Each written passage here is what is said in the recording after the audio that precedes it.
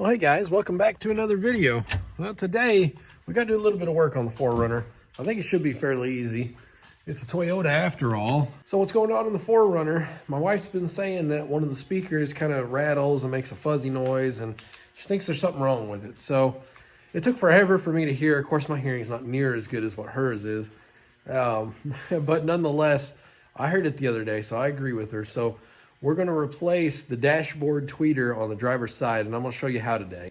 So outside of the actual tweeter itself, I think all that you need is a 10 mil socket,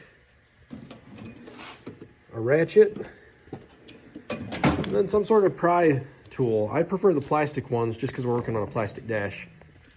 And then of course you need the actual tweeter itself. So I think that this is trim level specific. Some of them have different, at least that's when my research, whenever I was looking to buy, it does seem to be a bit specific to the model. So I got a limited and I cross-referenced and ordered from a actual good reputable source.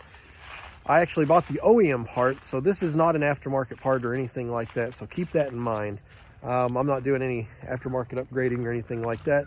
We're happy with the factory stereo, so that's what we're going to keep it. So first thing first, let's open the door.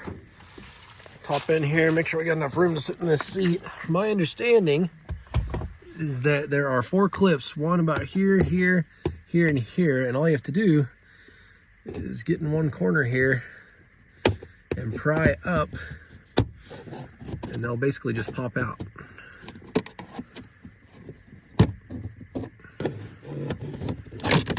Hey, that was easy. That is too easy. So you can see that's removed right there. And then what we've got here are, I wasn't expecting that. I was thinking I needed 10 mil. 10 mil maybe for the bracket here, but all I'm interested in is taking this tweeter out. It looks like I need a Torx head or maybe a 10 mil. I'll try the 10 mil and let you know. Well, that wasn't too bad to get out. So what you've got is right here and right here. It was a T20 Torx that held the actual speaker down, but you have to remove the whole thing. So these were the 10 millimeter bolts right here. So I took those out. I had to unplug the harness that you see here. Just hanging out in there. So just push that back, unplugged it, and then once I undid these T20s, it looks like this whole harness and speaker will come off the bracket here. So let's take it to the bed of my truck and work on it. Well, how nice of them. Look at that. That's what I get for spending 60, 70 bucks on this thing.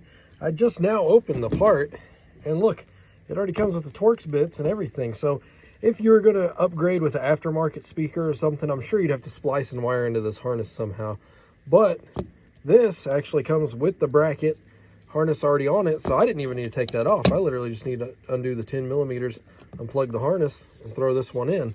As you can see, like I say, I'm kind of particular about that stuff, but this is, yeah, exactly the same part right here. So I'm gonna go ahead and install this one, and it does look like this one, I don't know what's going on, but it's definitely got some corrosion and stuff here. So, hey, maybe she's right. Maybe it was broke. So in my case here with this new part, all I have to do is plug the harness in, drop this in, put the two 10 millimeter bolts in. Little pro tip too, so you can look through the windshield here, see what you're doing. So that's what I've been doing here. So I've got these finger tight. Now I'm just gonna snug them up with my ratchet. These weren't tight to begin with, so I'm not gonna over tighten them. Try not to crack the windshield. So tighten those down.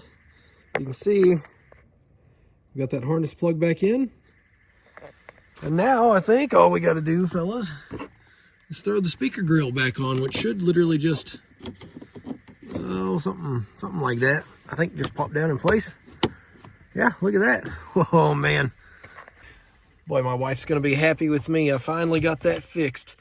I'm hopeful that's the issue. So I'll let her rock it and we'll see. But I'm happy. That was sorry, I'm leaning over here trying to get those little Torx bolts that I didn't need. That was an easy swap right there.